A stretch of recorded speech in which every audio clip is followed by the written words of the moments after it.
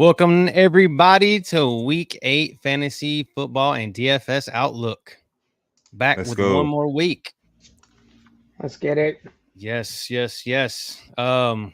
super excited this week. We got lots of news, some cool information for you guys this week, kind of flowing through the next couple weeks. But what we all came here to talk about really is fantasy football and DFS and just football in general. I mean, you don't have to join the show just to talk fantasy football and DFS. You know, you can join the show just to say what's up, join and talk a little football. I mean, everybody loves football. Can't never have too much football, I guess. It's one of those sports I can watch every day.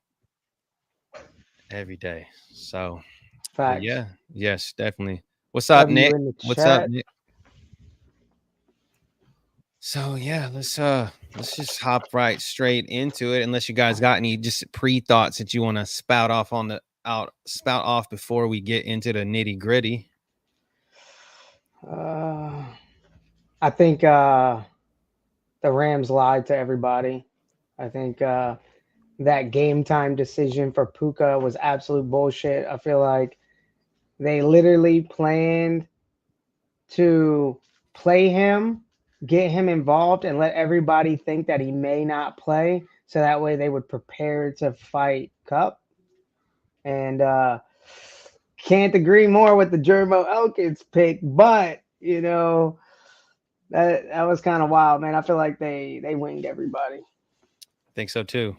Puka looked a hell of a lot better than what they pre-advertised. My man came in there like every play was designed for him. Not like he may play. They knew he was going to play. Yeah, Vegas. Yeah, fantasy football forecast literally says it right here. Vegas needed the Rams. They did. They needed it for sure. Sure. But yeah, so it was a fun game. I did tell y'all to play Demarcus Robinson. 2 touchdowns, by the way. You did. 2 touchdowns, by the way. And I never would have thought that Matthew Stafford would have been the captain, though. So that was interesting to say the least. But I think Matt Stafford might be back. He's like, bullshit. You ain't gonna trade me to the Vikings for Sam. So Rams are still in the hunt. I called it though, right? I said you're doing like 5-0, and then you want to advertise getting rid of your quarterback. Rams are gonna come out there and beat y'all because it's karma. It's karma, dude. Like, you can't do that.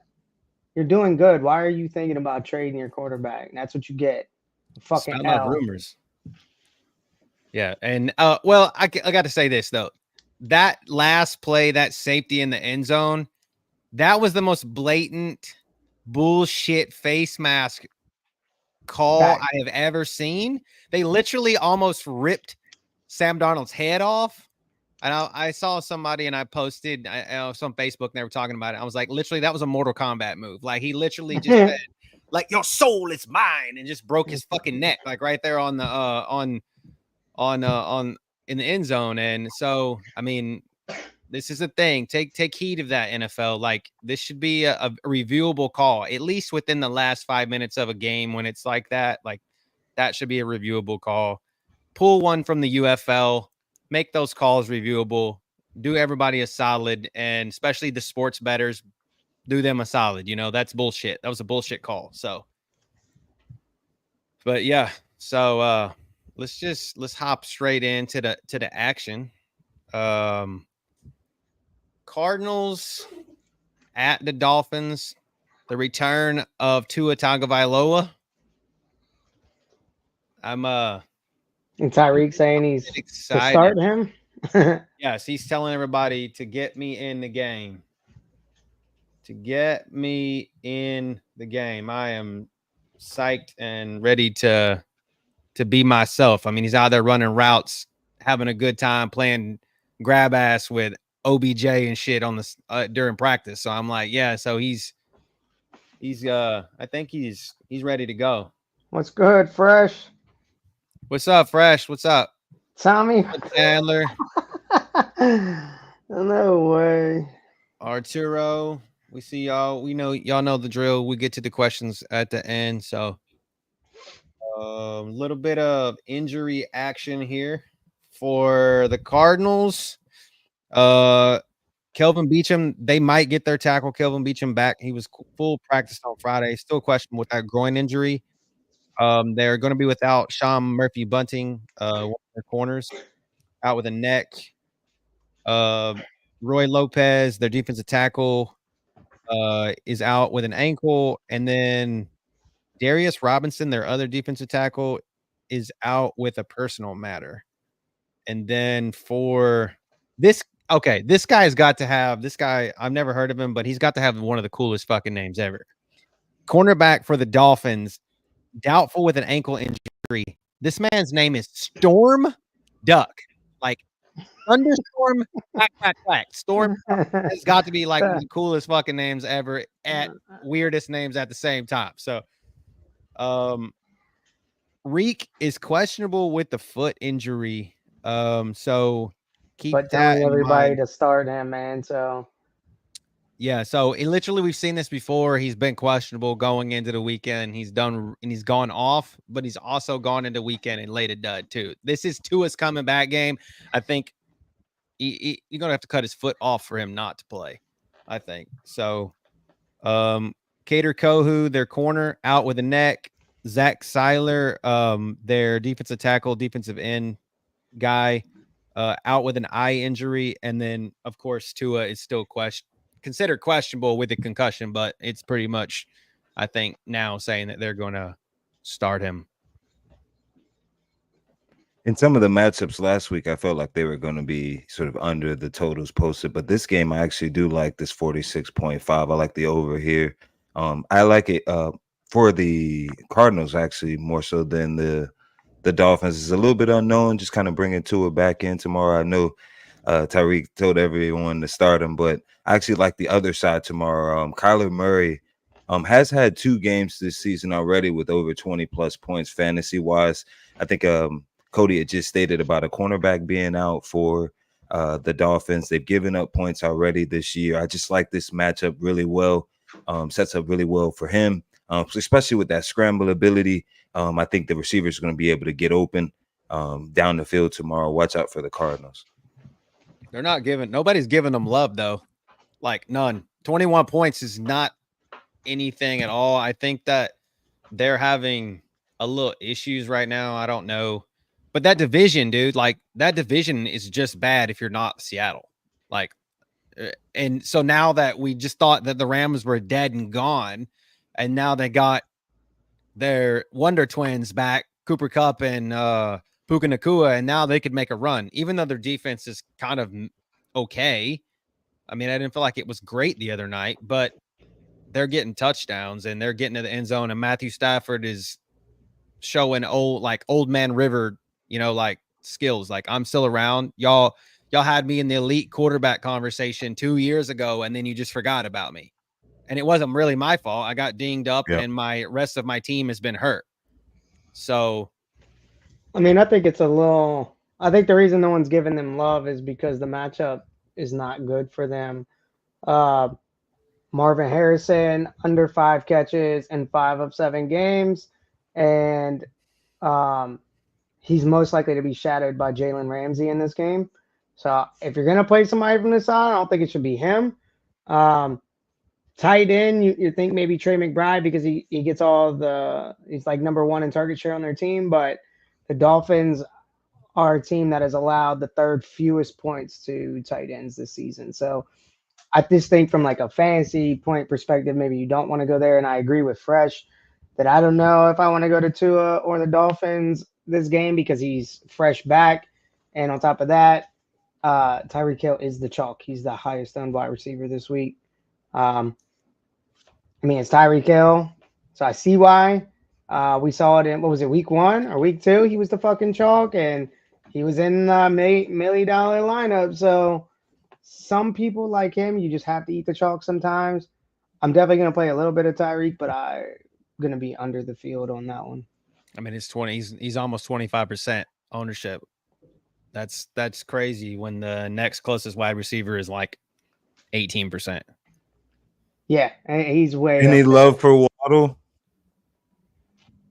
I mean, you're it's a gonna, way to get off the chalk, yeah, to get if off you're the gonna pivot, Tyreek chalk. Yeah.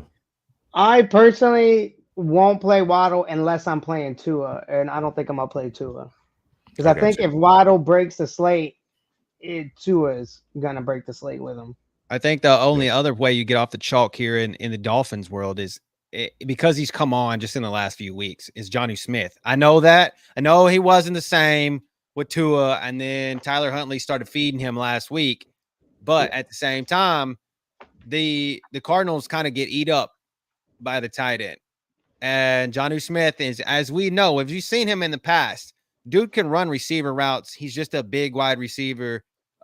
He's not the greatest blocking tight end. He blocks good. He blocks Just okay, had but 22 points last week too. so he was one of my waiver wire grabs this week, especially if you needed somebody in a pinch. I mean, there's really nobody on bye this week. Everybody's playing, but he was one of those guys that he kind of went off, so maybe Tua might be looking for him, or McDaniel might be actually trying to scheme him up a little bit more, just to kind of work Tua into the game early.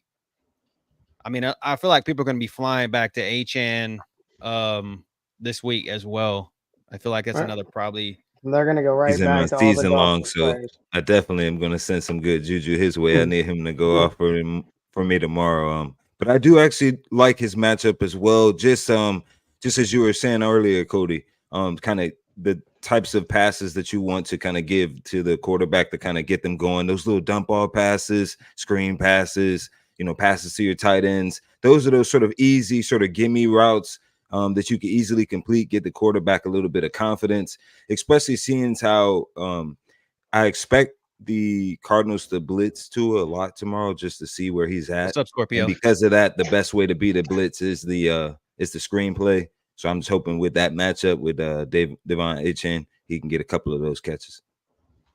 I agree. Yeah, I mean, I think that he's got a potential. And I wanted to see like who the Cards play last week, because I felt like their tight end was tearing their ass up. Okay, so they played Chargers. Yeah, so Will Disley was tearing them up last week. He had like 80 yards. Okay, when they were playing the Chargers. Okay, and then so that's what I'm saying. And then I believe the week before, what was the week before? Let me see. Tucker Kraft was okay. That he went from like top tier tight end to like he only had 2 targets, but that was because the game scripts got out of hand. They were already like 34-13. But I believe the week prior to that, this is all to say to get off the chalk for Tyreek and get you some Jonnu Smith love here, is because it's just the Cardinals are just piss poor against the tight ends. So, I would say mediocre tight ends. Like not even like top tier tight ends. It's mediocre tight ends, nobody tight ends, not guys that we think are going to fry them up, So, I think that if you looking for, he's a cheaper one. And we saw last week, wasn't he in the Millie Maker lineup? Wasn't he in Millie? Who, Jonnu? Yeah. No, he was in like second or third. Oh yeah, It was he was second place. That was He was second place. But what my thought here, my thought pattern is that it's been a 2 tight end. It's been a 2 tight end lineup, right? So like Phil said last week, if you're looking to save money, sometimes it's better to save money on a tight end than to go one of those really, really, really bottom feeder wide receiver and just have your fingers crossed on it. So yeah, I agree with Fresh again. Like, I never like playing the highest owned player. Not only is he the highest owned, is he the most expensive too? who, So like I don't know if he is. No, he's not. But like another point to that is when the player is the most expensive, they have to get the most points on the slate in that position to win DFS, or that means there's value somewhere else. So I never like playing them when they're super expensive and high owned. It's just like a no. Fresh is right. If Tua gets blitzed and hit again, man, he is probably done. And that could happen in the first quarter, and then fucking Reek is a bust. Yeah, I mean the reason I think another reason why Tyreek Hill is so highly owned, besides the fact that Tua coming back, is he's only 7,000 on DraftKings, Yeah, I just and realized that. I was thinking he was going to be more like 8. and so like he's not even he is the one. That's why he's getting all this ownership, dude. He's 7K. He's the seventh highest seventh highest priced wide receiver when you have guys like Devontae Adams, London, Diggs, Brown, Amon-Ra, and Jamar Chase. I think the thing, yeah, I mean, that's the thing, though. I think at 7K, there's no one physically that competes with him at 7K. So, like, you're looking at Drake London, who's 7,200, T. Higgins, who's 6,500. I would have made a big 7,500. And it's like, dude, I would take Tyreek Hill over all of them any day. But like as Fresh pointed out, game back, foot injury, Tua could get injured. He's the chalk. Might as well try to get away from him. Scorpio says he tried to trade Reek, but nobody wanted him. Reek, so we want to wait now. We want to do it. We want to bust the bubble now while we're talking about it now. Okay, so since in honor of Tyreek Hill and Week 10. We wanted to give you guys a little bit of preview, especially if you don't follow us on socials. Now you need to follow us on socials and make sure you hang out with us on all of the shows between now and then. So you got 5 chances to kind of get this in your head of what's going on. So watch this video right here.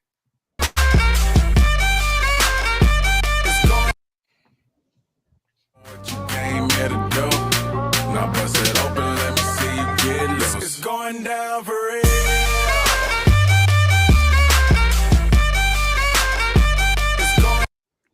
So we are giving out a signed, authentic, verified, Beckett authenticated Tyreek Hill jersey on Week 10. 100%. To one of our people that like, share, and subscribe and sit with us during these podcasts and can answer a question that we randomly ask in Week 10. Coming straight to you. Yeah, so like what? Trying to give you the best.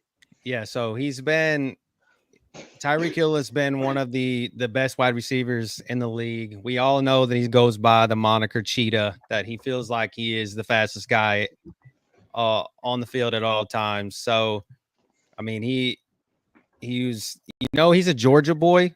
Did you know he was born in Georgia? I didn't know that for the longest time, but he's actually from Georgia. To me, I thought he was from somewhere else, and it was crazy. And he played college ball at 3 different places. So, Garden City. He played at Oklahoma State. I didn't even know that, Brad. Like, I remember him there. No, that's where I remember him there. I remember him from West. I remember he coming out of West Alabama, but because he played a little running back a little bit as well. They kind of used him at running back, kind of a little bit everywhere. And so it was always interesting. Yeah, like the smaller guy kind of running through the center gravity hold there for a little bit. Yeah, for Oklahoma State.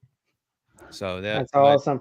We wanted to give you guys a chance. Cody, you might want to address this as he don't ever think he got his first prize. What was the first prize? I don't remember. Oh, fresh. So, yes, you didn't send me anywhere to send it to. You got to send me an address. Like I do too love Tyreek Hill, man. Like shoot me your place to get buying it to this you, to give it away. I was like, man, I want to keep I got it. you. Fresh. So yeah, I need details to get it to you because I have to send out another prize to the other guy and I want to do it all in one go. So if you can send it to me, I will get you some what your prize was. So, but yeah, this is big prize, big chance to win, and we won't just be giving out the more likes, shares, and subscribes we can get, the better, and we will give out more merch. So, but this is the big fish per se. Correct. So I wanted to keep it, fellas. Just know, I'm doing this for y'all. We do it for the people. Yes. Do it for the people. Yeah, and it's all in honor of Week 10. So it was like couldn't have happened at a better time. Number 10 on Week 10. So yeah, but appreciate you. I think I like the Dolphins here. I think they try to get themselves back on track. With Tua does just enough to get by. They beat the Cardinals. I I like don't know. Cards tomorrow. I like Cards. I just think that Kyler Murray's gonna kind of show out a little bit tomorrow. Well, And I'm gonna go with the Dolphins as long as Tua's in the game. If Tua goes out, might as well get them live bets going and switch it right there. I mean, they're both okay right now. I mean, but it's actually funny is the Dolphins are still in second place in the AFC East, which is really weird. And then the Cardinals are in second in the NFC West. So you would think these teams just kind of suck right now, but they're both in second place in their division. So, but anyways, let's hop on over to the next one on the docket here. The Eagles versus the Bengals in Cincinnati. I like on to Cincinnati. I like this one. I actually like the Eagles in this one, which is rare for me to play. Scorpio, you're a Bengals fan? Oh, let's go. You know, I have a Bengals jersey. I bought one because I liked it a while ago, like fucking 10 years ago. I mean, I've always been a Saints fan, but I bought it because I liked it. It's the black one with I think it's a Chad Johnson one, dude. It's even before the Ocho Cinco, so it might even be before 10 years ago, dude. I've had it for a while. Nice. Yeah, I've had it for the a while. The old school Bengals jerseys were pretty tight back in the day. Like I was like, I'm buying that. I wouldn't mind if I could like find one like a Corey Dillon Bengals jersey. Because I mean, yeah, a lot of people remember him as a Patriot, but I'm one of those guys. I remember him as a freaking Cincinnati Bengal out there just running through everybody. So years. Yeah, he was. I think at the same time I bought that Bengals jersey, I bought like the baby blue Chargers jersey. I bought a LaDainian Tomlinson jersey at the same time. So I clearly was just fans of players at that time. I still a Saints fan, so I have all my Saints jerseys, but I was like, this baby blue Chargers. It's okay. You can be a fan of a player. I mean, I literally to this day am like, I don't think I'd ever buy a Chiefs jersey, but if DeAndre Hopkins wins a championship with the Chiefs, I might have to, just because I've been a Hop fan ever since he was here. So I might have to break down and buy a Chiefs jersey. Well, I bought one, but it wasn't for me. Kathy's an old Chiefs fan, so I had to buy her Mahomes jersey. So I have that in the house. They got the Bengals favored here by 2.5. This is probably because they're at home, I guess. I mean, I don't know if I agree with that 100%. Maybe the fact of the matter is the Bengals are on a 2-game win streak, and they're looking pretty decent as of recently. I think you could play both sides of this. I don't think like it's.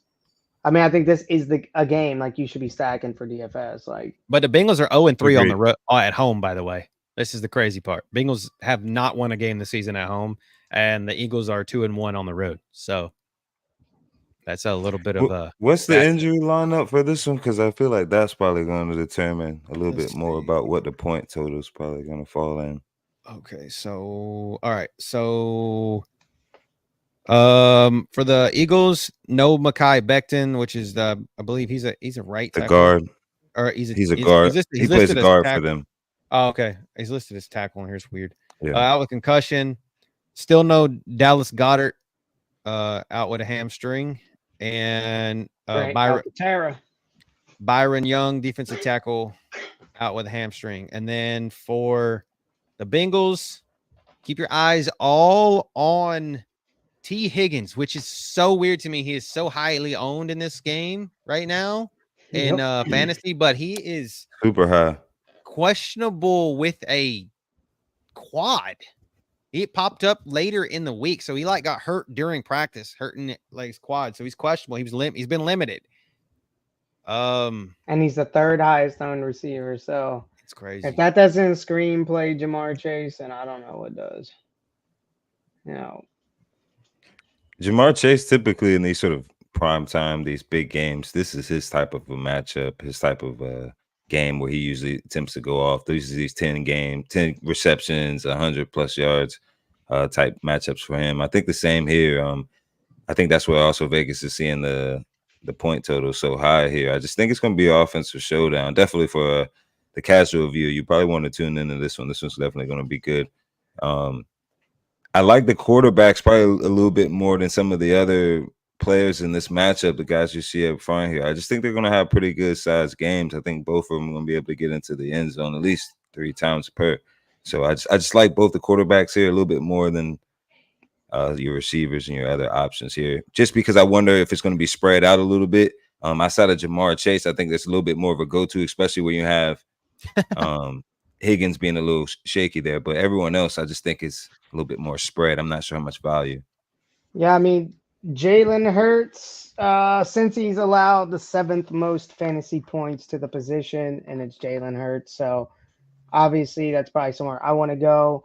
AJ Brown, Cincinnati's allowed the 8th most fantasy points to outside wide receivers, and then Grant Calcaterra in this one. I'm not a big fan of him, but he can break the slate. Cincinnati's allowed the 4th most fantasy points to the tight end.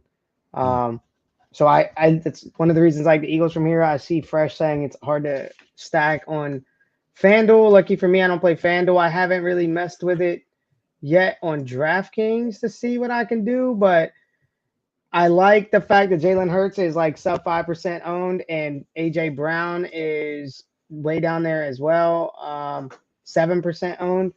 And that might be like what Fresh is saying. It's hard to afford them and make a lineup, so it's making the ownership low. I don't know. I haven't really played with it yet, but if there's a way to get a solid lineup with that stack, got to. I think you have to.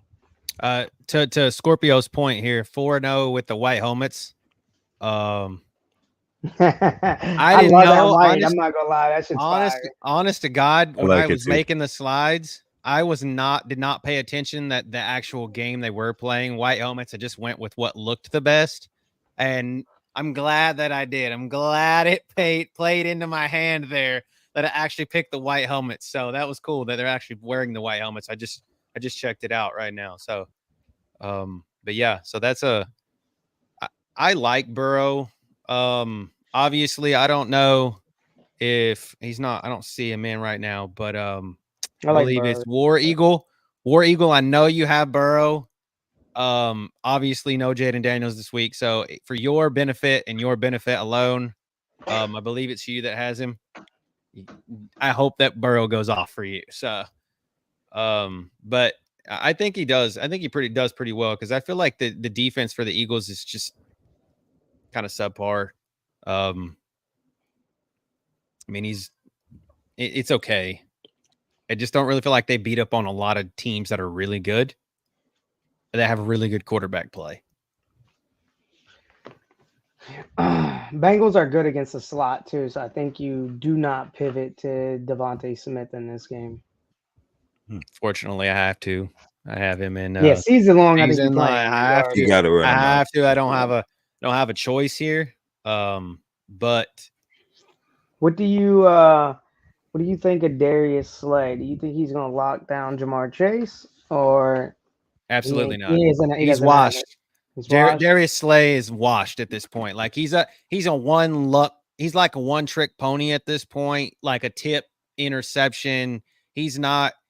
I mean, we saw this 2 years ago, or was it 2 years ago in the Super Bowl? Guys we were worrying about James Bradbury being a better corner than Darius Slay. I just feel like that Darius Slay is okay. He's no matchup for Jamar Chase. I think where Jamar Chase excels is those across the field patterns where you have a cornerback literally having to run with the receiver all the way across the field, which is always going to be difficult. A cornerback that's a little bit more longer in the tooth like Slay. That's why I just really think this matchup opens up well for Chase. Just because of the cornerbacks, I just don't think can kind of match up with them enough. And keep that in mind and I know with the whole T. Higgins injury, keep that in mind that at the beginning of the season, when T. Higgins wasn't playing, Andre Iosivas was eating. Okay. And even Mike Gesicki was eating. All the targets were on them. So keep that in mind that if tomorrow this pops up and that he's not playing and you're trying to get exposure to this game and you want to get off of, or you want to double stack a double Burrow stacker, if that's what you're trying to do. Iosivas he was getting targets, and he was getting targets from the beginning when he came back. Obviously, his targets have plummeted, but the guy that fills that role, that's who it is.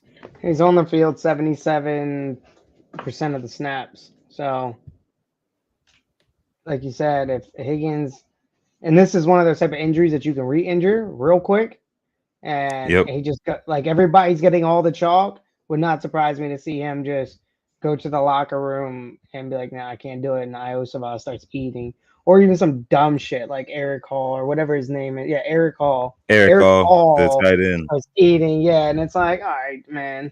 But we've seen this before. Like we've seen T. Higgins has screwed us multiple times before in this exact situation where, okay, you're foaming at the mouth because you think T. Higgins is going to eat in a ball game and he's carrying a Q tag. And then they say, oh, like the night before, he's good to go. He goes out in pregame warmups, and then you've locked him into your fucking lineup and you're screwed because he's a dead spot.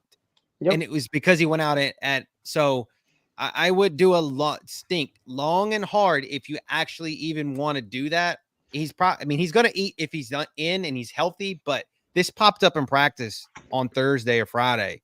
And so he's been super limited, and I don't know if I trust him or not. Like that scares me. Like I'm like almost at the point where, okay, would I rather just try to go somewhere else than even risk having him on the field after what he's done before? I don't know. It's a scary thing. Kind of the same way with Tyreek Hill, but I know where Tyreek Hill is. I know where his ceiling and his floor it kind of more is. T. Higgins has just burned me, I guess, before, and it's I'm a little gun shy about it. I mean, it'd be a hell of a stack if you could do Hurts with Brown and bring it back with Chase, but that probably fries the lineup unless there's some value at running back this week.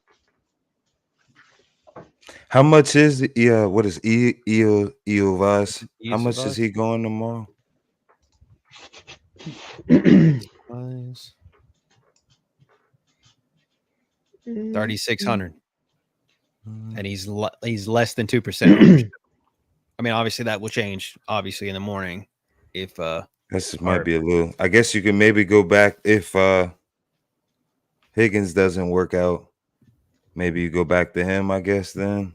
Just as a kind of, at least you get, if he goes off, it can potentially open you up. I'm trying to see.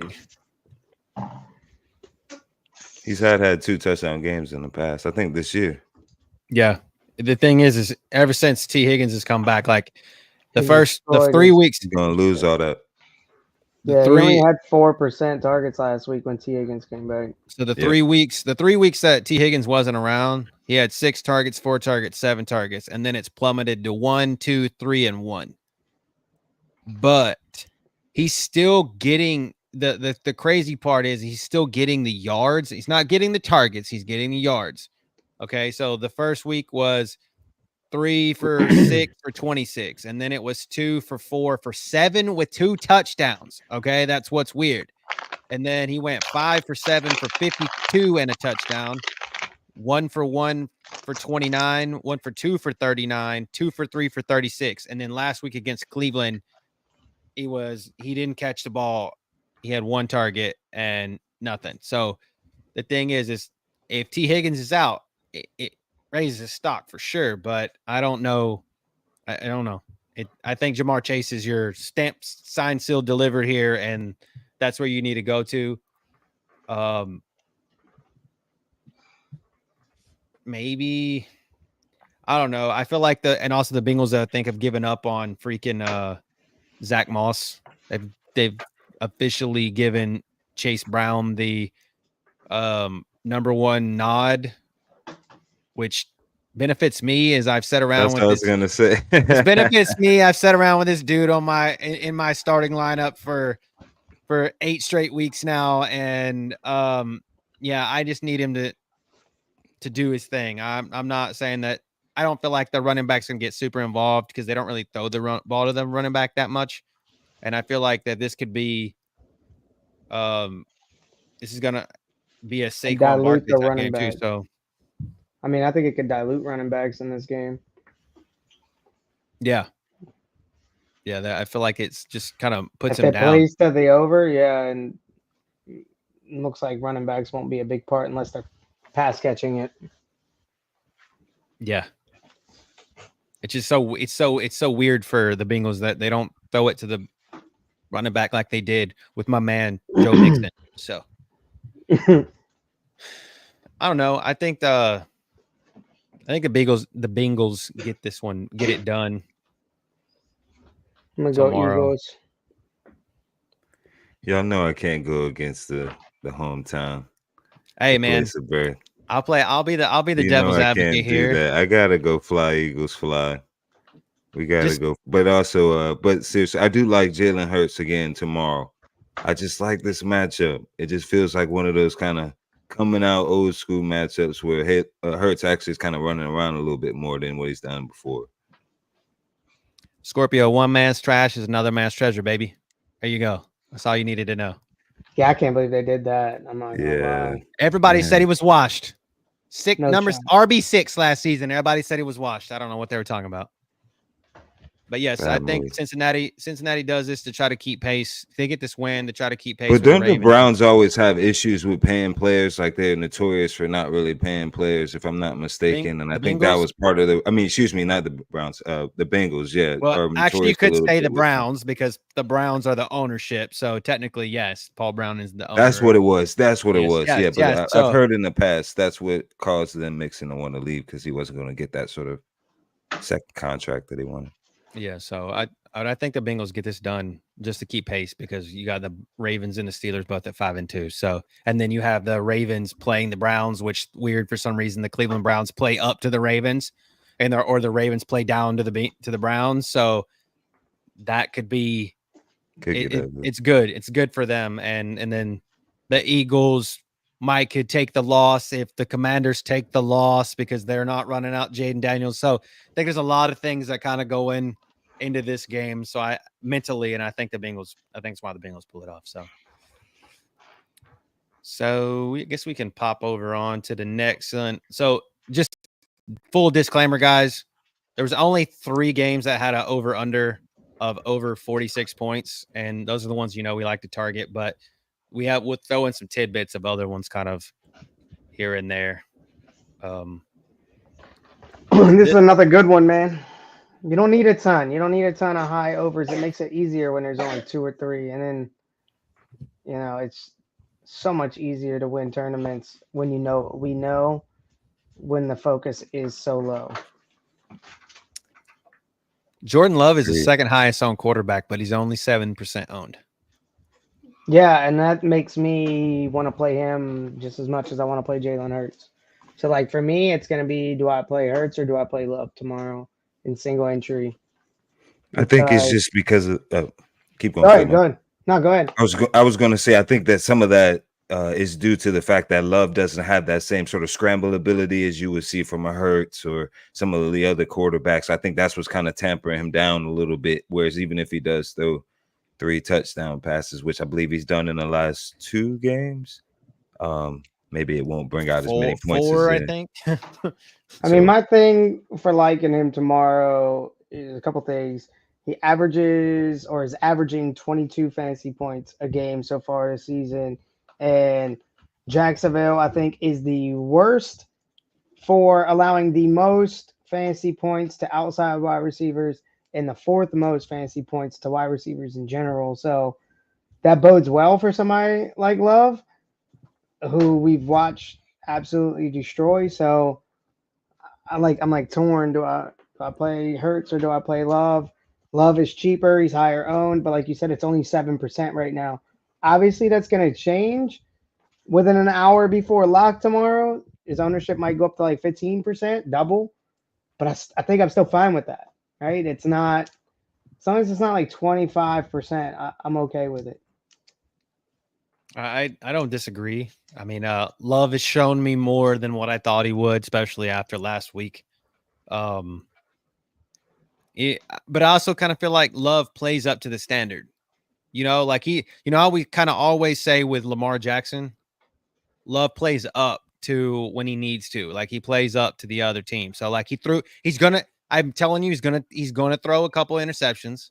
I think you're guaranteed that because he's got that a little bit of Brett Favre That's what I was mentality. gonna say. He's got that Brett Favre mentality, right? I'm a gunslinger. I'm gonna whip it no matter what. I may throw 3 picks like I did last week, but my team might bring me back. I may look like shit, but I'm just gonna wing it. And I feel like that's what you kind of want in a fantasy quarterback. If he's gonna wing it and wing it for 4 touchdowns, hey, but my thing is here, and no shade to the Jags, but does this game actually lend well to that 49 points? No, I don't think so. I was gonna say the same thing. I don't know if I see 49 points tomorrow. I mean, because even if you do see a great game out of Jordan Love, let's say they put up 28, I'm worried about my Jags tomorrow in this matchup. We haven't done really well at home as well. For some reason, we seem to come out really flat. So I'm just really worried about that. Plus, against the fact that I believe we're ranked last against the pass on defense. And so then I just don't know how you're going to be able to compete against a team like this with as many weapons. And the fact that you don't know exactly where they're going to go to that week. It could be Wicks, it could be Dobbs, it could be Josh Jacobs, who I actually like a lot tomorrow as well, just for the fact that still no Foye Luakan. We're still trying to figure it out as far as for who our front four are. We run through defensive linemen like they do on a hockey rink for some reason this year, and they just run players in and out. But we'll see what happens tomorrow. Maybe Vegas is seeing something I'm not. Maybe it's from the defensive side for the Packers, but just being a hometown Jag resident and fan, I don't know if we get that enough points to get this over. So okay, so I'll just give the injury report. I mean, you did a smack up job with it right there. So Corey Ballantyne, is he he's depth corner or is he a starting corner? That's depth. We should be running out. That's for this is Packers. Yeah. My bad. So that's Corey Ballantyne for the Packers. Doubtful. Josh Myers, center, questionable with a wrist injury. He was limited. Quay Walker, concussion, limited in practice. Devontae Wyatt, questionable, defensive tackle. So they're getting some of their people back. And then for you guys, obviously ETN is questionable, was limited in practice. There's a Luakan. It says he was limited in practice, questionable. So Easy Otomewo, defensive end, questionable, limited in practice. Cam Robinson, limited in practice with a concussion. But he cleared concussion protocol. Okay. So it's potential, but I believe Cam Little is playing. I mean, not Cam Little. Little is playing better for it than Robinson, but we'll see what happens. Mason Smith, defensive tackle, or Mason Smith, I guess, defensive tackle, questionable. That ankle, did not practice. And then Andrew Wingard, the Wyoming Cowboy, questionable with a knee. So yeah, he's been straight up, and you already know how I feel. But I think this is a game where you play Packers defense. Trevor Lawrence is absolute trash. Etienne's banged up. CJ Stroud, in my opinion, is maybe like a top 7 quarterback, and he just threw for 86 yards against Green Bay. Trevor Lawrence is like 30th in my mind. I'd be surprised if he threw for over 50 yards against Green Bay without throwing numerous interceptions or pick sixes, anything like that. I think this is a Green Bay defense game. I also don't see how this goes to 49. I do see maybe like 35-7. We get to 42, and it's because Green Bay put up 35 of those points, maybe 1 on defense and the other 4 through the air.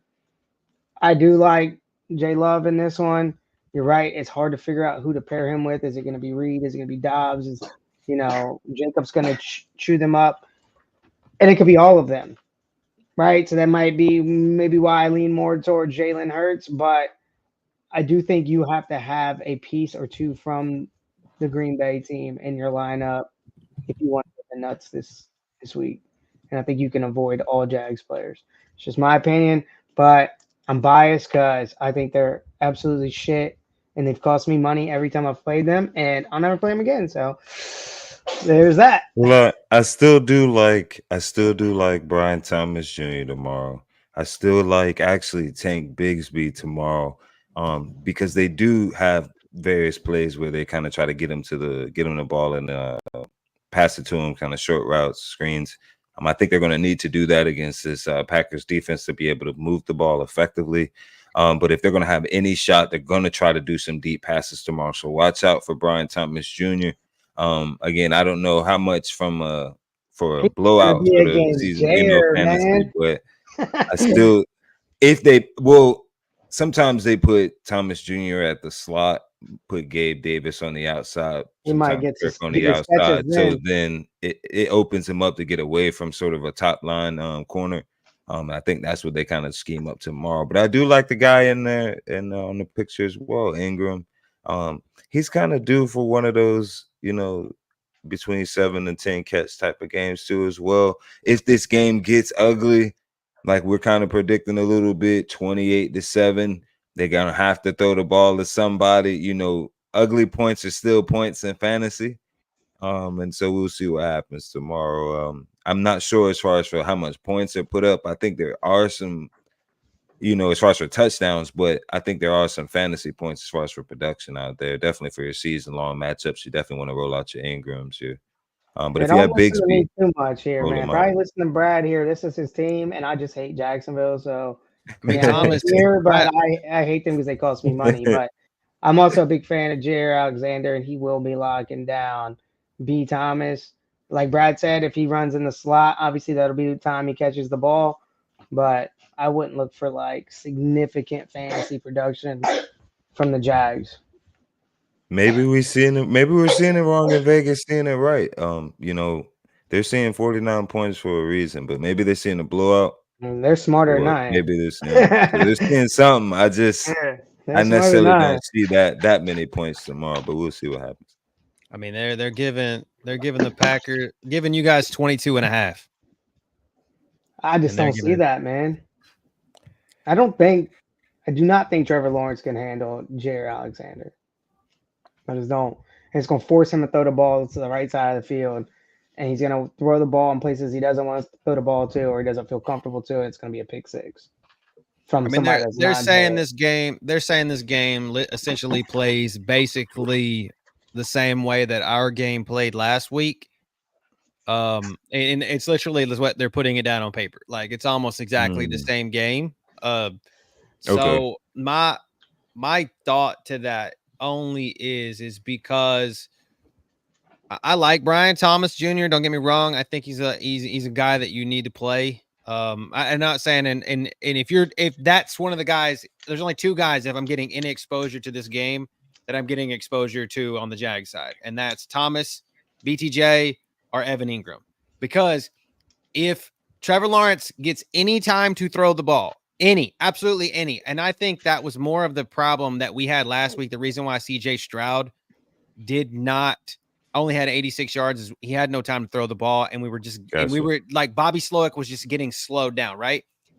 And I made this whole argument on Twitter about that big giant coaching tree under Shanahan and McVay. Okay, there is 19 teams in this NFL out of 32 that run some version or some offshoot of the Shanahan scheme. Okay, we in Houston run an exact version, almost exactly the same way that they run it there. LaFleur owns Kyle Shanahan, and they run the same offense, right?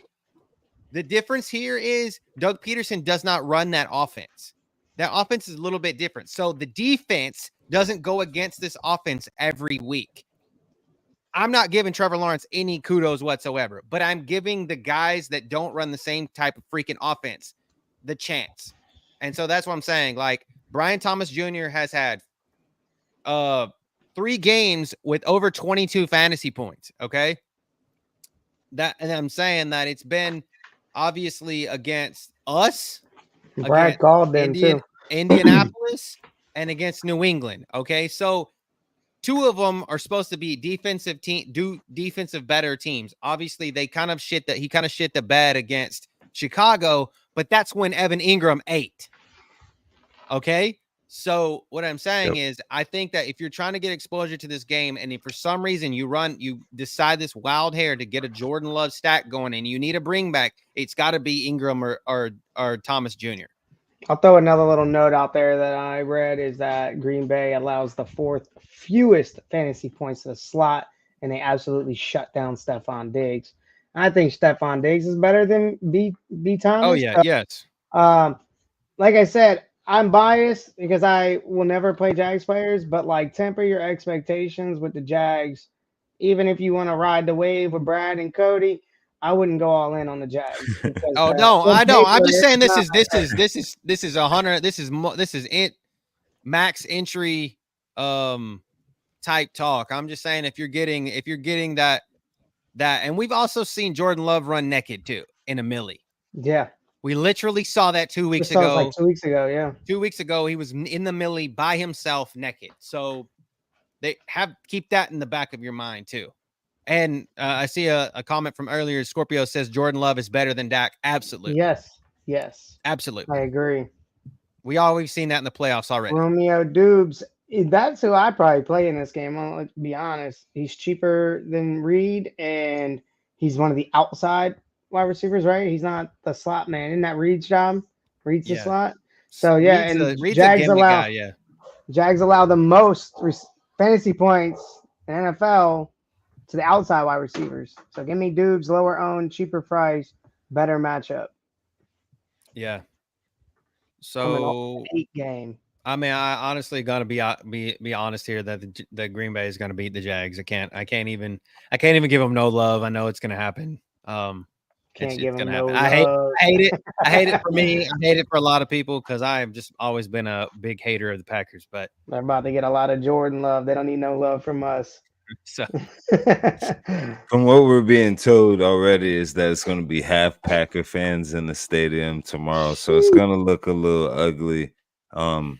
You know what? I'm gonna try to just reverse and say, hey, the Packers are gonna win. I hope the Jaguars can somehow find a way to pull it out. Maybe by me picking against them, they'll be pissed off, play with their hairs on fire tomorrow, and pull out a miracle, I guess, in order to get this W. I really do like how the Packers seem overall, just in fullness. They're really playing really good football at this point. Just came off a really good win against a tough Houston team. So we'll see what happens. Maybe Trevor Lawrence just turns it on, shows why he's a first-round pick. Yeah, and just kind of what I was saying, one reason why Jordan Love was in the millie by himself naked against the Cardinals, and they won 34-13. So there you go. There's your little trivia nugget there. So Jordan, this could be that he blows him out and he's still in the millie by himself. So so here, okay, so usually we do them individually, but there was a ton of games here in the slate that were 45.5 total points. I don't know. I mean, I don't really know how much of these I like or I don't like. At the Atlanta game, what are the injuries for Mike Evans and Ridley? I mean, okay. So Godwin's done. Sure, Godwin's done. Bro, like dislocated ankle. He's done for the season. Yeah, he's cooked. He's done. So I'll give you the whole little rundown here. Is Mike Evans playing though? No, he's not. He's not. Yeah. Then I don't like that game at all. You can leave that shit off the screen. Watch out for Jalen earlier. Watch out for Jalen McMillan. He's a first-round draft pick that they picked up. The Buccaneers. I believe he's out of Washington. I called his name, I believe, a few weeks back in the beginning. He's gonna Watch be out the for wide him receiver just for the one. simple fact that he's the wide receiver one. Baker got to go somewhere. Tomorrow they have to throw the ball. Like definitely against that Browns defense, that's the best way to kind of move the ball against them. And Haley probably won't find as much on the ground game. Oh, that's a good So, point. Yeah, I like that. you know, Cole. I mean, they gotta go somewhere. Also, what is that? Cade Otten.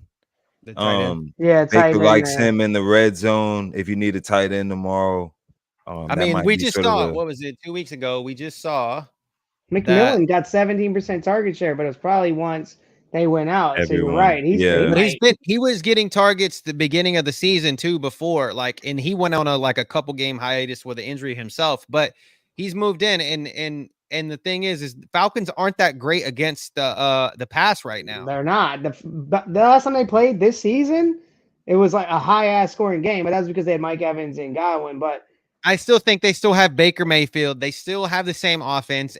I don't know if it's going to get as high as that game was before. And I it's don't also either, not but a I like prime. It's not a prime time game, but I mean, they still have the Falcons still have no Troy Anderson. So the curse of the Saints is still live and well. You score a pick six on the Saints, you don't come back for the rest of the season, I guess. Antonio Hamilton, one of their corners, is questionable.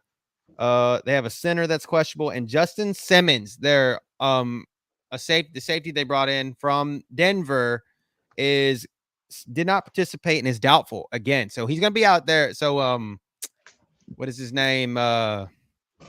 Who's the other guy they have? That's a Simmons and oh my god. I have a question while you think of that. Fresh, how did Pitts do for you last week, dude? Because he did good on DraftKings. My man was getting them targets. I just don't know what he did on FanDuel. Instead of course on the on Bucks, no Evans, no Greg Gaines, the tight end. I mean the defensive tackle. Bucky Irving is questionable with a toe injury. He was limited in practice. Raheem Jarrett, he must be a third string wide receiver, fourth string wide receiver, questionable with a knee injury, and Tyke Smith, their safety, out with a concussion. So the McMillan, Trey Palmer is about all they got.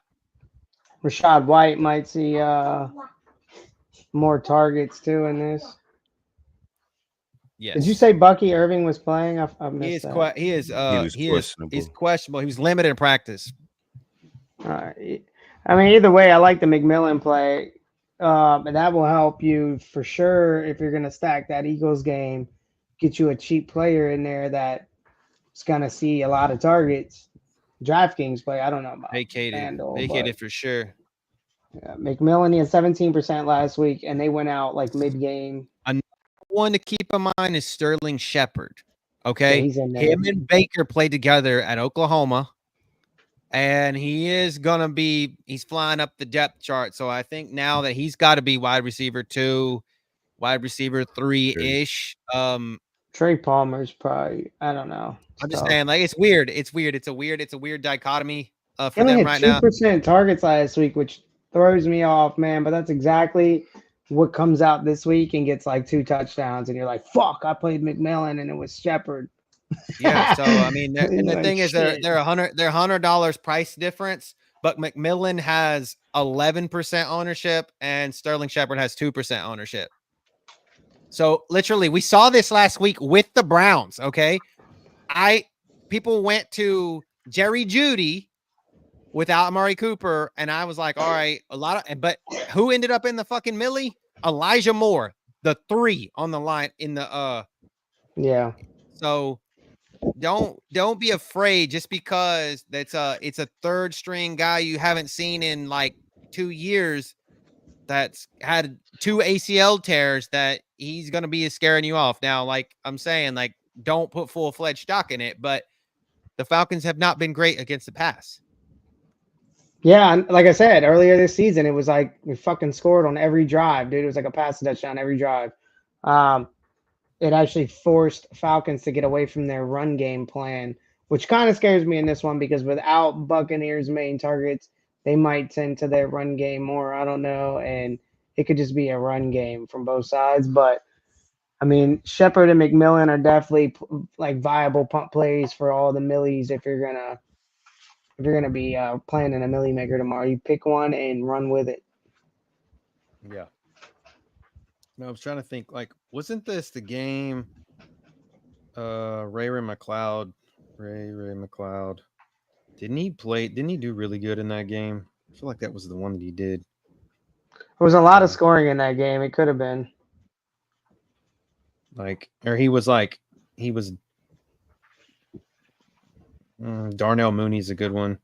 Yeah, he had. I mean, Ray McLeod went 6 for 9 for 66, and he's 12 essentially. points. Yeah. That's 3x value. I mean, that could get you there in the millie. It's not far off from the 4x value of one of your other players got you 5, 6x. Yeah. Get you there. So, I mean, keep that in the back of your mind too. So, but yeah, those Buccaneers wide receivers, McMillan and Sterling Shepard, are just so damn cheap that I don't think I'm not gonna have. I think I am gonna have at least exposure to them just because they're so cheap and what I could build around them. And I'm going. If this is going off on a tangent, but yeah, I think I got to. So, Pareko, we'll answer your question at the end. We're almost there. Yeah, we're almost there. We're almost there. Yeah, we just threw this up in case y'all had like questions regarding these games or any players in these towards games. these games, because I know a lot of people say that we don't actually hit them all. Well, these were kind of all in the same bunch here. I'll tell you this: Josh Allen is 2% owned against a Seattle defense that he could destroy. Just throw that out there. Josh motherfucking Allen. I think the reason why people are straying away from it a little bit is because it's in Seattle. Yeah. The 12th man. Yeah. Yeah. This game, that game and the Chiefs and Raiders game is going to be the game that the afternoon window is going to be featuring the most. Another game that's not on that screen that you could probably talk about is Tennessee at Detroit, and only because Detroit has the highest team total out of all of the games. They just bumped them. They just bumped it. The game just bumped a half a point. Yeah, so they're looking at a lot of motherfucking points, but Tennessee's a little intriguing. Their defense has been actually decent. DeAndre Hopkins is gone. Yeah. And that means some targets, even though, nobody was really doing anything there, but some targets got to go somewhere. And I don't think it's Ridley. I think Nick Westbrook-Akine. Or Tyler Boyd, who's a GOAT. Yeah. We've seen that man break slates when he was on the Bengals. Easily get through them in the slot. The Lions are terrible against the slot receivers. So I could see that being another one of those like cheap plays that we're talking about that we're trying to find for y'all for this millie. Could be Tyler Boyd. A little bit of just injury information for that one in particular. They made that trade. The Titans made that trade for Jerome Baker, so they now have a new linebacker in the middle. Jalen Duncan, tackle, out with a hamstring. Cedric Gray, linebacker, out with a shoulder. Obviously, they got rid of Hopkins. Will Levis is still questionable with a shoulder injury, so that's something that you might have to pay attention to. I don't know are they still starting Rudolph? Yes, I believe so. L'Jarius Sneed is out with the quad. That backfired on him, I think. He just left the Chiefs and he wanted to get paid and went to the Titans, and they suck. Tajay Spears, questionable with a hamstring, limited in practice, and Tavondre Sweat, defensive tackle, out with a hip, or questionable with a hip. And then nothing really of note for the Lions, minus the fact that they will be without Jameson Williams. So I believe Amon-Ra St. Brown is like one of the most expensive wide receivers, if not the most expensive wide receiver tomorrow. And He's a beast. if I get it, yes, I love Amon-Ra. Don't get me wrong. But does that lend to more targets to Laporta or to my guy Tim Patrick?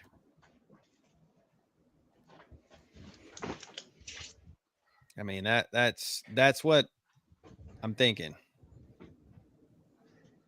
Jared Goff in MVP race right now, playing at the top of the world.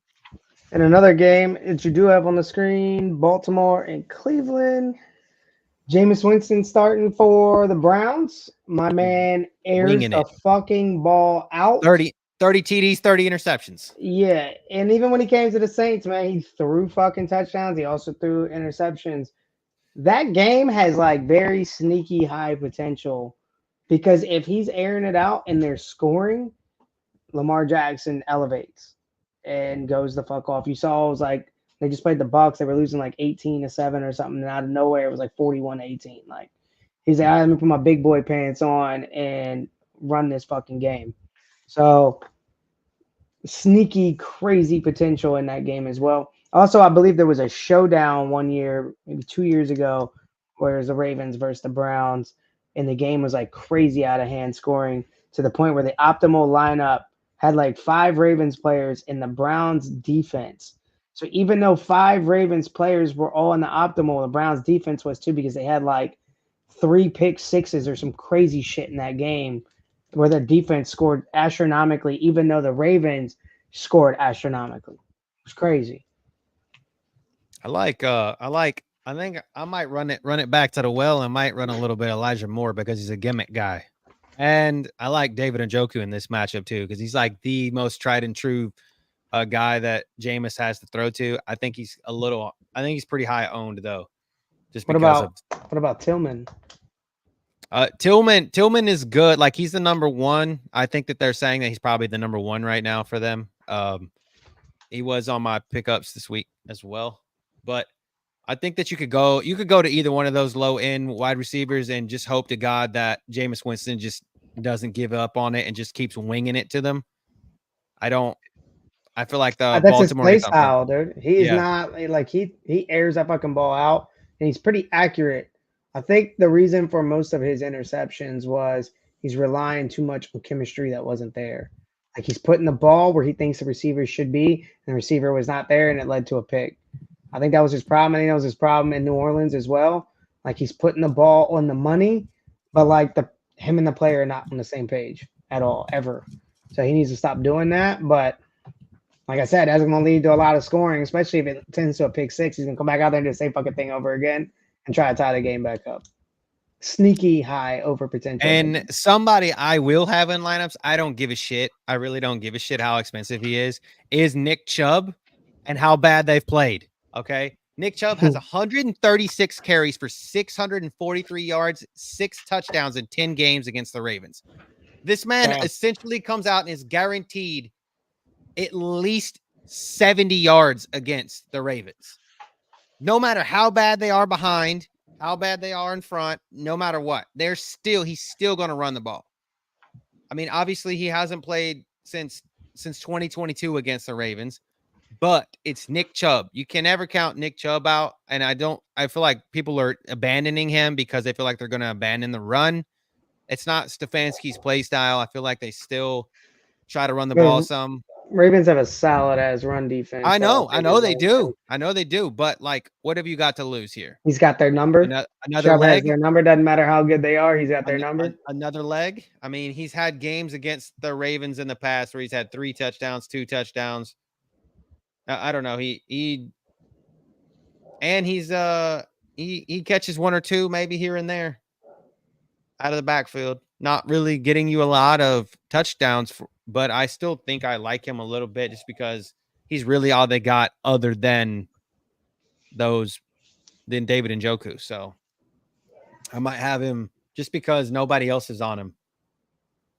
And no one else is on him, and he's 6,100. That's the reason why. He's less than 1% owned and comes out in 150 max and wins me money because nobody else went to him. That's it. That's easy money, you know. I agree. Yeah, mini and moneymaker. We're about to take we're almost about questions to hit now, questions. so Yeah, so I'm we gonna answer them in order. jump to the top. So Chandler Came in at the Okay. Oh, perfect time. yeah, Chandler was at the top, so we'll hit Chandler first. Chandler says, "Oh, QB, Purdy, and Rogers." Okay, saying to take QB, Purdy, or Rogers. Obviously, I'd like. I think he's given his whole team. Oh, He okay. split it up. Oh, thoughts on my team and any moves he should make. Okay, 12-team PPR, 6-point passing touchdown. So he's got CMC, Henry, Bijan, Pacheco, and Brooks, Diggs, Evans, Debo, Dobbs, and Jacoby Myers. Get rid of Jacoby Myers. Dallas Goddard. 49ers play. They on like Monday or something. Yeah. All right. I think they're the night game. They played Dallas. Oh, they The play night game. Dallas. Yes. Oh, that's easy. Purdy. Goddard and Ingram. You got to play Ingram. I think so. Solid Chandler, team. I think your team looks good, man. I really do. I think that you look good. Maybe just you got to get some coverage there for obviously here with Mike Evans being going to be banged up a little bit. Pay attention to Debo. You could move on from Jacoby Myers if you wanted to, if someone else is willing to take that burden on. And then Dallas Goddard is out, so keep that in mind. I wouldn't go out and make drastic moves unless you're just like hurting for it. So, but I don't think so. Let's see. Okay, Arturo says trade Malik and Pickens for Jamar. So Neighbors and Pickens for Jamar Chase. That's tough. Neighbors boys eating. Jamar Chase is number 1 fantasy wide receiver right now with 138 points. Neighbors missed 2 games. It still has 99 fantasy points. So he's only around Neck and neck 40 points. 2 20-point games. So 40 points behind it. And then Pickens. I don't know, man. With Russell Wilson, I just feel like those moon balls are the air is gonna come out of eventually. Did you see how bad he looked? Russell Wilson? Yes. He had a 30-point fucking fantasy game, though. That's what's he crazy. missed a 5-yard target to the side by 20 yards. And everybo's like, me. I hate Pickens. I'm like, dude. I hate Pickens. I hate Pickens, and I would get rid of him. Just to not have him on my team. And I'm a Georgia Bulldog fan, and I do not like him. But I don't know if I'm giving up Malik Neighbors and Pickens for Jamar Chase. Unless you have Joe Burrow, Joe Burrow stack it in here. That's what you're banking on. Why is Fields not in? Is he injured? It was simply he had a better quarterback. He has a good quarterback rating, and they were winning. They were 4-2 up to that point. And they put Russell Wilson in, and the guy cannot throw the football anymore. Mike Tomlin was his thing was that I want to see what we have. Oh, okay. We found what we have. Justin Fields. We found it. Justin Fields has done good. I want to give Russ a chance. I want to give him a chance and let him see what we got. Well, Russell Wilson came out and did what he did against the Jets, and I don't think Justin Fields is getting a job back. Just for the simple fact of the matter is what he did. He looks like a passing quarterback, even though those as Chris Collinsworth calls them, moon balls. I literally feel like the air is going to come out of those. I don't know. I don't know. I don't like horrible. it. I don't like it. But I don't think I'm trading Malik Neighbors yet on Pittsburgh. No, I don't think you trade Malik Neighbors. I think you unless you can flip Neighbors directly. Somebody maybe throw in a bottom feeder running back, get something else in return, maybe a depth piece with Jamar Chase. But I don't know if I'm giving up Malik Neighbors yet. He's feeding you along. What's your record with him? Yeah, I think when you have the 2 for 1 here, I just to move up a couple slots or one slot, I guess, to get Jamar. To me, it just doesn't seem. I mean, you may be able to run Pickens out in a couple flex, if the matchup's right. It's 14 versus it's 1. a team game. It's a team game. It's for the season long. So I mean, it's more than just you need more than one player to go off. I mean, it's 14. Like I said, it's 14, and Jamar Chase is number 1, and Malik Neighbors is 14th. But like I said, it's you're 40 points, right? Like it's 40-point difference, and like this has guys like Chris Godwin and Garrett Wilson, who's going to take an impact, and then Nico Collins, who's taking an impact. So I don't know if I'm just totally abandoning Malik Neighbors at this point. I just feel like he's got, depending on where you are, make that decision on where you are. If you need to make a big decision and this is like, oh, you're 1 or 2 games back, maybe, but I don't know if I'm doing that yet. I don't think I'm ready to make that decision yet. So, let's see. Where we at? Next one was what? Perico's question. Perico says trade Mahomes plus Brees or Kyron for Jaden Daniels, Pollard, and Neighbors. Oh yeah, I'm coming off of Brees and Mahomes for Jaden Daniels and Pollard. Depends. Actually, it's a super. Oh my god, that's even better. Super flex, so you can run 2 quarterbacks. Jaden Daniels is essentially quarterback number 1 for the second quarterback spot. Obviously, you're not going to have him this week, but wide receiver 1 now is Jetta. And other quarterbacks are AR, Jameis Winston, and he's 2 and 5. Can't decide which running back to trade. Well, obviously, Mahomes and Brees Hall aren't doing it for you. But I don't know. I have Anthony Richardson. I think you keep Kyron. Yeah. Trade Brees and Mahomes. Get Daniels and Neighbors.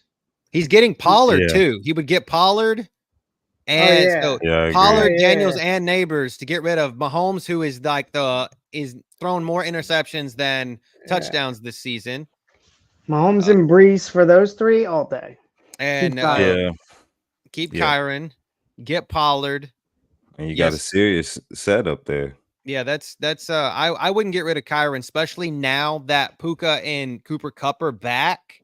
He's gonna start eating. He's gonna start eating now because the box is gonna have to be like this.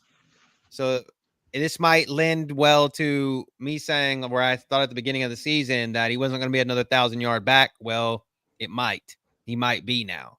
Again, don't worry too much about what you saw on Thursday against the Vikings because the Vikings have a pretty good run defense. And we said that he was not going to be the greatest play. He did get in the end zone, but don't abandon Kyron. Brees and Mahomes have not lived up to expectations. Brees had a great game last game, but I don't know. That was against rushing ends. And what do you do against rushing ends? You run the ball up the middle. So, yeah, sucks that you have Anthony Richardson and Jameis Winston as your other quarterbacks, though. Mini money maker is your lead PPR or half PPR? And who else is on your team?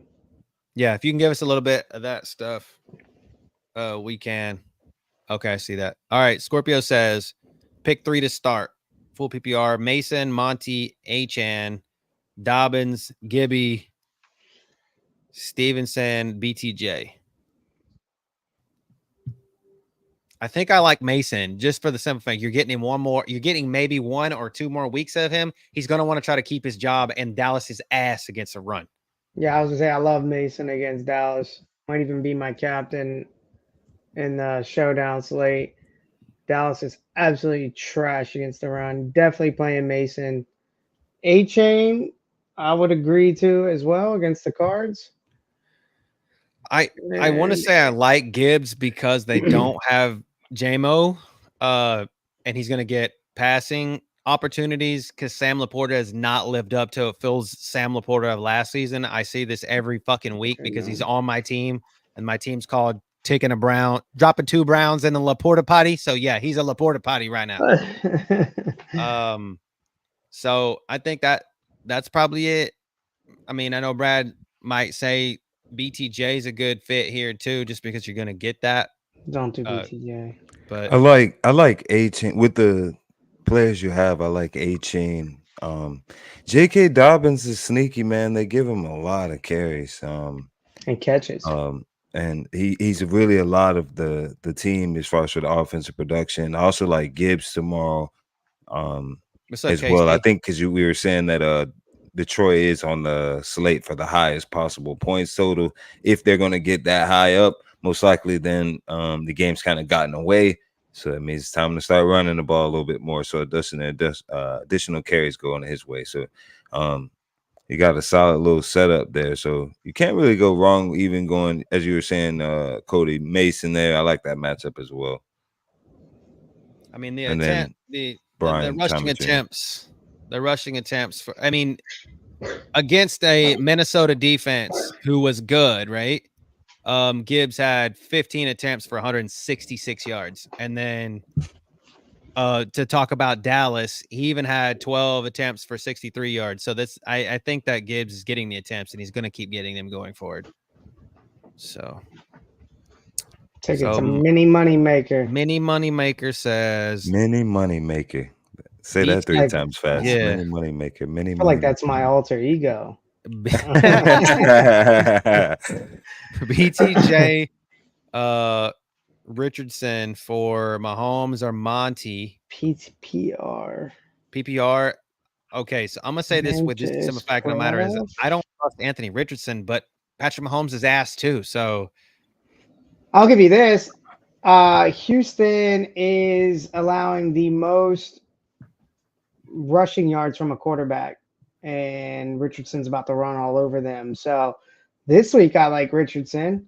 Mahomes is like a wild card though, man. He is an elite quarterback, and I don't disagree with you. I don't know what this interception shit he's doing this year is. So maybe you want to make that trade, but I think the upside with Monty is what it is, though. I think that Monty just kind of drags you along a little bit. Monty is love in half PPR for me. Yeah. He's not love for me in PPR. So I think you're losing. His bench here, though, is CMC coming back off of IR in week 10. I think that's where, and then he has DJ. I would get rid of Deontay Johnson. Just send him to the bin. Bryce Young is back. Just send his ass to the bin. I've been telling y'all. I told y'all he had that, little bit. He had that little bit. Get his ass. He wants to get rid of Richardson ASAP. But as Phil was saying, though, I mean, you have he does have that scramble potential. They're going to let him stay in and kind of figure it out. It's possible that games might slip away, so he's going to get more than enough opportunities from the offensive side. I just hang on, maybe. I know Rich hasn't been what everyone thought he was kind of going to be to start this year, but I think sometimes once the quarterback gets into a groove, they can ride that out for a while. He did have 26.1 PPR points against us in week 1, by the way. Richardson did. So yeah, like I said, y'all allow the most rushing yards to quarterback. His best game of the season. He did that shit game 1 against us last season and went out with a concussion or whatever, shoulder, whatever it was. He does that shit. So he might get you 26 points, but might make it a whole 4 quarters. Maybe you wait this week out, Mini Money Maker, keep the way it is, and definitely play sell him high after next week. Take Kraft off your bench and play him this week. I don't care who your other tight end is. Because it looks like you have Amon-Ra, Kupp, Kyron, Bowers. Oh, Bowers. Play Kraft over Bowers. I mean, who is Oakland playing this week? They're playing Kansas City, so they have no one else to throw the ball. They don't have anyone else to throw to. He's gonna get 7 to 10 targets every game. Damn, dude, I love Kraft this week, dude. So, I'm probably locking Kraft in my single entry tomorrow. Brock Bowers is tight end number 1 with 102 fantasy points. It's not gonna Jacksonville stop. has given up the 7th most fantasy points to 60 tight ends, tar- man. And Jordan Love is in the prime time I get it. But matchup. fucking Not prime Brock time, but Bowers like has prime 60 matchup. targets. Brock Bowers has 60 targets. 60 And we targets, and loving then we have every 1 minute of fucking it. touchdown. As a fantasy season long owner, we loving every minute of it. This pick's starting to pay off. Oh my God, 6, and that was Akil Athletics rookie fantasy pickup of the season too. So, oh my God, yeah, I don't know, man. I feel This like motherfucker's Ryan- team is nice. I ain't You're gonna lie. yeah, money That's maker what I team was. is stacked Yeah, with like shit. just hold on. Just Team hold is on a lit, little dude. bit. I would just hold on yeah. a little bit longer. I think Richardson Yep. gets you there this week, but in the long run, like I said, Mahomes is a Two much better quarterback. Mason. I mean, this is a 1 running back league. Yeah, it's no, or is it 1 running back or 2 running backs? Because you have What's Monra? Is that Monty? and Amon-Ra. Amon-Ra. That's what I One didn't know if you running meant back. Monty and Amon Ra. One running back So- league, one flex. Okay, all right. Oh, that's the reason why I'm like, dude, this team. I'm salivating at you. I would love your fucking team. Yeah. So, oh my God. Yeah, I might hold on to Richardson 1 week, sell him high after next week, and tell everybody that you want, like, hey, you saw what he did. This is what he could do.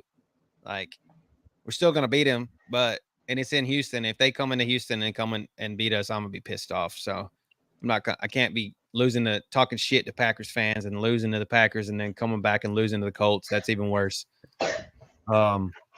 Yeah. Your team's nice, bro. Your team's nice. I know that you're stuck. Yeah, just hold on. If you want to get rid of somebody, get rid of Deontay Johnson, though. I don't know if Andy Dalton's coming Agreed. back now, especially after being out with the car wreck or whatever. And I didn't think it was going to be out anyway, but he ends up being out. So yeah, hold on. I would hold on, hold the line. What do you mean? What do you mean, KC? I'm record. Oh, your record is trash. Appreciate the love though, KC Sports. Yeah, for Appreciate sure. you coming in. Hopefully listening to the show, you can get a couple tidbits, change up that lineup. I know I said 100 times, but you can quickly change out a defense. You can quickly change out a kicker. I know that may seem small, but that could be 15, 16 points where it will only get you 2 if you pick your right defense. Kicker, same thing. You pick the right kicker, that could be the week they get 16, 17 points in the game compared to center 4 or 5. That could swing matchups. I see it all the time. So Weren't one of y'all like with 0-5 or something and came back and won your league last year? I was 0-5 and ran 9 straight weeks of exactly high point total. I won 9 straight weeks of high point total in a row. You can turn this thing. 2-5 to me is nothing. You really can turn it. You just need a couple wins to go your way. Even if a lot of times I see a lot of our teams, they sneak into the playoffs, barely above 500, then get on a run. So it's just a matter of continually kind of tweaking those lineups each week. Really monitoring players to seeing what their totals are, checking the matchups. Man, check your matchups. Make sure you're not going up against a Zaire Alexander, right? Hey. And so, those are the differences between winning and losing a lot of matchups. I mean, we talk about it all the time. And then just kind of pivot back to what we talked about, the giveaway for week 10. Week 10's a big week for us, obviously, because of the giveaway, but it's a big week because it is the annual Coleman Pride versus B Kill bowl. So like we have one every year. It's a big game for us. So we have to it's a Ballers and Briefs bowl. So like our league is hopefully on right trajectories to get us both into the championship at the end and play each other, because that's something we've never done, and we've been playing fantasy with one another for like 10 years almost now. So at least it's crazy how quick a decade goes. We're showing our age. We're supposed to be like 18 and 19 or something like that, right? yeah. But yeah, so Fresh says he's stacking Mahomes this week. He's gonna pop. Okay. Hey man, I don't like it. I think that Hop has a touchdown in him. I think he does. Revitalize with the new quarterback. Actually, going to be honest with you, to be the best quarterback he's ever played with in his career. I can't lie. So I'm excited. for him to have a great rest of his career and its twilight of his career. So I hope so. I hope so for his sake alone. And it's a division game too. You know, like what is it? The Raiders always take the Chiefs to and it's a late It's weird. it's a late Watch game those anyway, games. right? They're So weird games. They never play. They're weird games. wasn't a game last season like this that the Raiders came, they were big underdogs and beat the Chiefs. Like Yep. Like it was in Vegas. 2017 or something like It was that. in Or Vegas. like It was in 17, Vegas 14. too, like Yep. this. Max Crosby might be playing for his job on another team. That's possible. I like Kareem Hunt more than I like Mahomes this week. Yeah, he was I can see that. I can see questionable. that. Questionable, I believe. Let I me was see. looking at Xavier Worthy as a little sneaky KA start of the week pick a little bit because I know people are going to go heavy on Hopkins. No Juju this week. Oh, thank God. The asshole, like they tell us he's gonna play, and then he comes out and don't do nothing. 0 points. Fuck my lineup. Yep. Yeah, That guy. Yeah. Killed us all. So yeah, so Juju. Yeah, I thought he's a fraud. Juju Yeah. fraud Schuster. As what Tom Brady. I saw Tom Brady when I was watching the game. He called him Juju Schuster Smith, and I was like, "What? What, Tom?" So, yeah. Oh, he's saying Hunt is chalk. Yeah. I don't know. I haven't even really like looked into him like that. I just like, he's getting a lot of the work. He's not in DraftKings. He's not chalk. I mean, I'm gonna he's check 30%. FanDuel. Yeah, I'm gonna check FanDuel. Not chalk on FanDuel neither. 6%. Oh, there you go. That's now though. So I could yeah, change by tomorrow. but there you go. There you go, Fresh. There's your little tidbit. He's 6% owned. That's not bad in FanDuel. Even if he goes up, I think even if he goes up double that, he's still gonna be under owned because you got people that are seeing this Broncos and Panthers game as a Javonte Williams is gonna just run wild all over the Panthers, and that Bo Nix is gonna run wild all over the Panthers. I think that's where it's coming at. Like, and Bo Nix is play dirt too, shit. though. He's only 3% for him, so Mhm. that's a good play. Easy matchup. He should slaughter them. So, however you want to look at it, but I don't think the chalk is there. Do you think that Hopkins eats in this game, or is he gonna need a couple? That's tough. I always like to wait and see, but maybe the money's in risking it and going for that player, and then he ends up having a great game. Dude's 1% owned right now on FanDuel. It looks like a lot of people are waiting to see. So you could definitely get some leverage there playing him. Yeah, If he pops off. He's less than 1% owned in DraftKings as well. Jeez, he might even be worth playing at that low. you know the motto: get different. He's 4,900. He's 4,900, dude. That's a savings. It's another one of them cheap plays we were talking about earlier, and he's like probably 100. Oh no, we're not disagreeing with you at all, Fresh. I think you're listening to this wrong. I think I'm agreeing with you. I was just saying that Hunt's not chalk, but I agree with you. I think Mahomes is a good play. Yeah. Hard part is who you're gonna stack him with.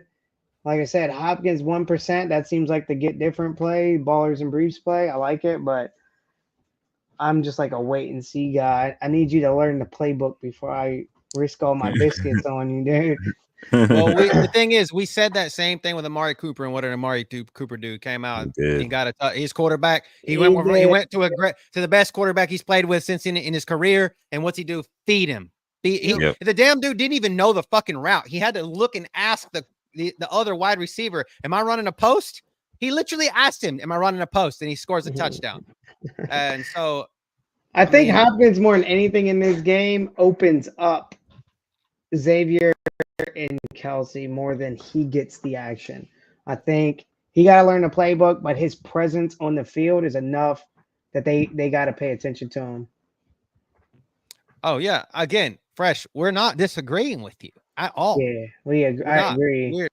We're not disagreeing at all. We will give you all the kudos saying that you are on the Mahomes train. We're not disagreeing at all. No, not at all. So Yeah, he's 3% owned, dude. I definitely agree with you, especially on FanDuel. yeah, Mahomes is a FanDuel type quarterback. yeah, He because will throw the fucking them. touchdowns, dude, and he'll run some in.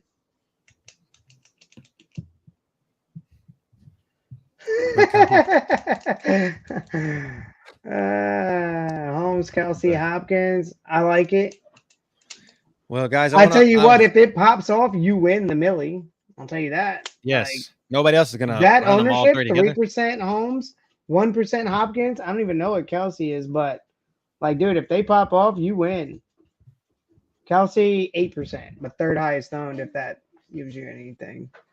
I mean, and Mahomes But is less 8% than still 3% owned in DraftKings too. So I like these kind of slates, dude, where like everybody's kind of low owned because everybody's playing everything everywhere. everybody's You going to can the play what you want to play on these slates. You don't have to fucking be different. You could just, I'm playing who I want to play. I'm not worried about ownership because nobody's high owned. And I'm also gonna pay it for the Broncos defense tomorrow. By the way, I think I'm they paying might. up for the Packers defense. The Broncos defense are going against Carolina, man.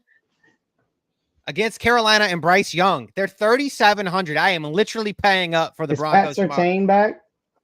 It doesn't You matter. know, they were if good he's as fuck without him, by the way. But if he's back, I agree with you. I'll tell you. I don't know. I haven't looked. But I am literally paying up for them tomorrow. I don't care. I don't care. It's Bryce Young. Yes, he is back. Full go. Pat Surtain is back. I am absolutely paying up, and nobody's on the Broncos right now. They're behind the Texans, Jets, Bears, Chargers, and Ravens. Yeah, I like that. Absolutely paying up for I them still like tomorrow. my Green Bay play too, by the way. Oh yeah, I'm not disagreeing with that either, but I am playing up. I am paying up for the Broncos tomorrow, especially with no one else doing it. Who's everybody going to? Everybody's going to the Ravens defense. The Ravens. I like that, man. We just said how Winston could fucking air it out on them. Yeah. Fucking Nick, dude. Leave it to Fizzy. Only Nick would come here and talk about Jeremo Elkins, Turn a Football podcast. Leave it to Fizzy, dude. But yeah, guys, I want to leave y'all with a little parting gift. One more time, checking out the video of what we're giving away in week 10. Giveaway week 10. I've already give the answer to the trivia question. So hopefully I don't you even know what the trivia question is. Hopefully you caught it. So in week 10, I'm going to ask a trivia question. I already gave the answer away. So go back and look at the first time that I run the video, study it a little bit, and think about it. But I'm going to run the video one more time so you guys can see what we're giving away. Thanks to the Pistorio Law Firm, by the way. You're welcome. Appreciate it. Now bust it open, let me see you get loose. It's going down for real.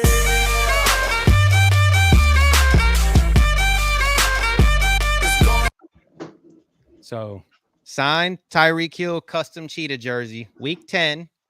I will give the answer every show between now and then. So you got 4 more chances to catch it. Or you want to go back and listen to it? And I will ask a question based off of what I gave away about Tyreek Hill. So keep that in mind. Make sure you follow, subscribe, do all the love to all the socials. And come in and pay attention. The more retweets, subs, and subscribes that we get, there will be other prizes come along with that. Might even do something towards the end of this year for like one of our most frequent viewers and commenters as well. Yeah. I like Fresh. We appreciate the love. Fresh, send me your details so I can get you the prize that I owe you.